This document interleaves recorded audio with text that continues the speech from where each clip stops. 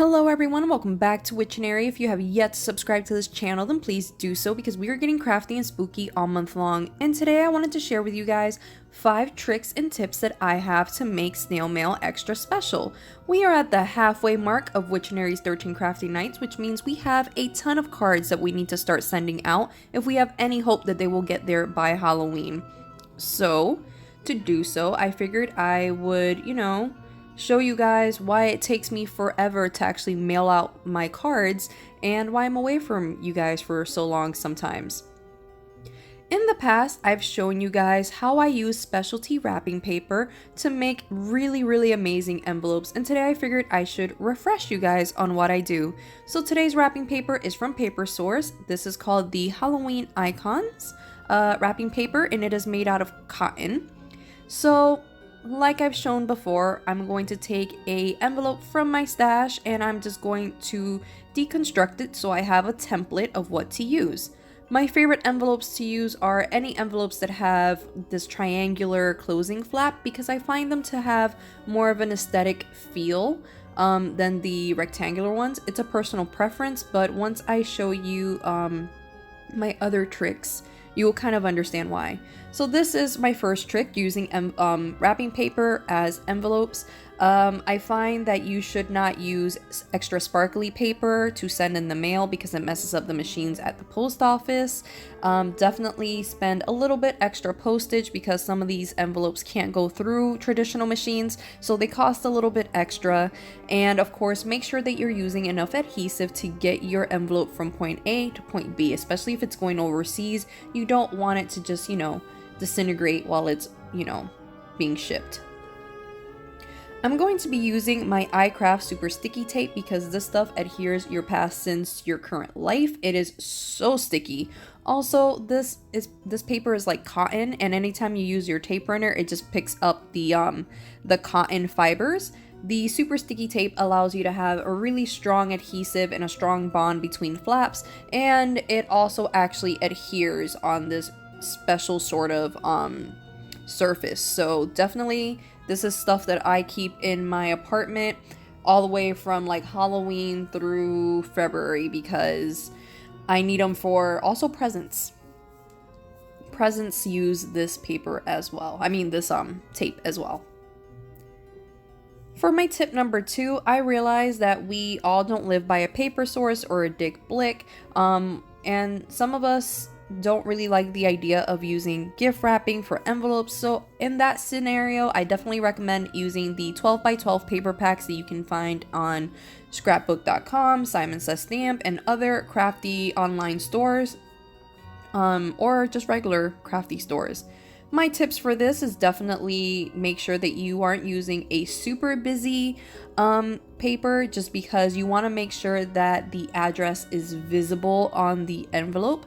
And I find that using a Sharpie even on a really busy paper background, unlike the cotton background from the gift wrap, sometimes isn't really visible. It doesn't give you that wow factor. So I recommend definitely, being mindful of that.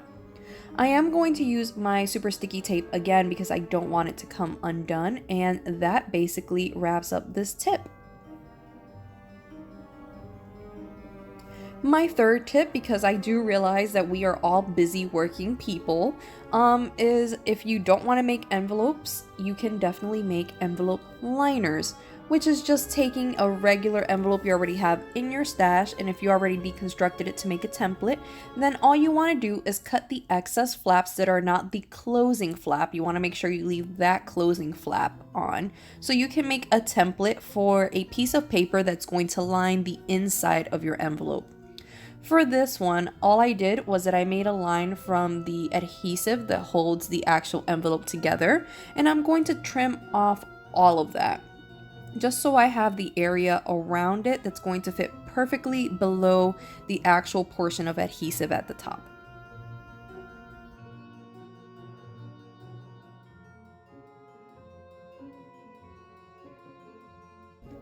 I cut up the top part of my triangle just to make sure that it will fit perfectly on the inside, and obviously this liner doesn't fit perfectly yet. I have to cut off a little bit more of the inside of it because that fits way too much like the current envelope. So after I make those modifications, this liner fits perfectly. So now what I'm going to do is that I'm going to trace this envelope liner onto a piece of gift wrap. I could also use 12 by 12 paper. My tip for this is if you are using flimsier gift wrap because you really love it, I definitely recommend using this technique to make a envelope liner out of cardstock, just to give your envelope a little bit more of that heaviness to get it through the mail. So that's definitely that. Also, if you are going to use like a cotton gift wrap for this, make sure you are using sticky tape because you want to make sure that this actually sticks to the inside of your envelope. To adhere this to the inside of your envelope, all I'm going to do is that I'm going to spread my tape runner at the top part of my envelope as well as towards the middle, so that way this envelope liner stays in place.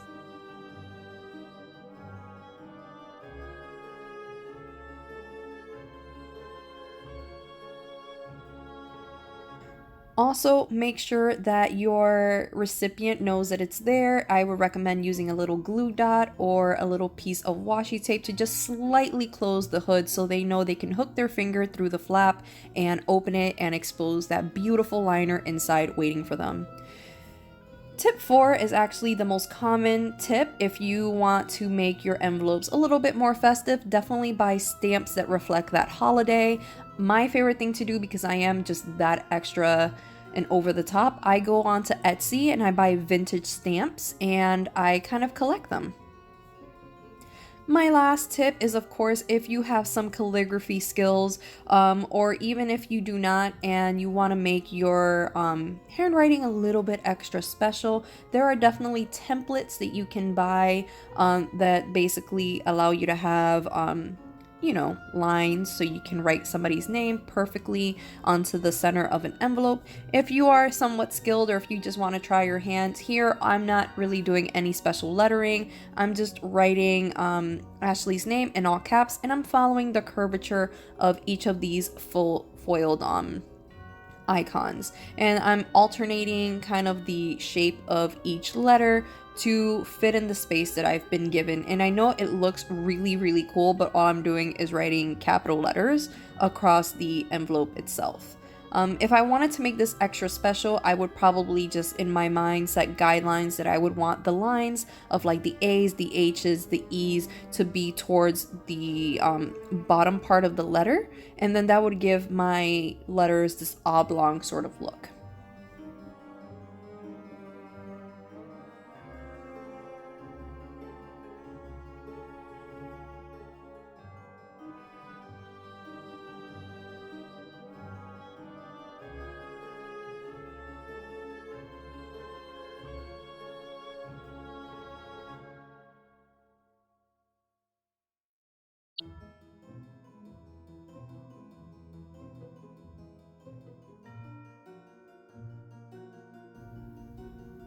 And that about wraps up this video for me. Thank you guys so much for watching. Obviously, you can mix and match these techniques and these tips with one another. You can line one envelope, you can leave it blank, you can put specialty stamps on one, and then you can, you know, not do it to another. You can always decorate these envelopes themselves and make some beautiful works of art. Last tip, make sure you have someone's name spelled correctly and their address spelled correctly, because I cannot tell you how many materials of these I went through because I spelled someone's name wrong. So that's probably the downside to this trick.